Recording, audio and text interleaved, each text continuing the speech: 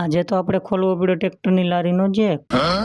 આજે આપણે જવાનું હતું ધૂળના ફેરા ભરવા માટે, તો ટ્રેક્ટર લઈ અને નીકળી ગયા જવા માટે। લોકેશન ઉપર આવે અને આપણે ગાડી દીધું ભરવા। હજી તો પહેલો જ ફેરો કર્યો તો લારીના જેકનું વયું ગયું બુશિંગ, અને પછી રિપેર કરવા હાટું ખોલી નાખ્યો જેક લઈ અને પછી નીકળી ગયા મહુવા જવા માટે। જેક રિપેરિંગમાં આપી અને આપણું ટેપ હતું ઘણા સમયથી બંધ, તો આપણે આવી ગયા ટેપ રિપેર કરાવવા માટે। બંને વસ્તુ રિપેર કરાવી અને આપણે નીકળી ગયા ઘર તરફ જવા માટે। ઘરે બધો સામાન મૂકી અને આપણે આવી ગયા ભાઈબંધ સાથે ડુંડાસ, કેમ કે અહીંયા હતો આજે જોરદાર પ્રોગ્રામ।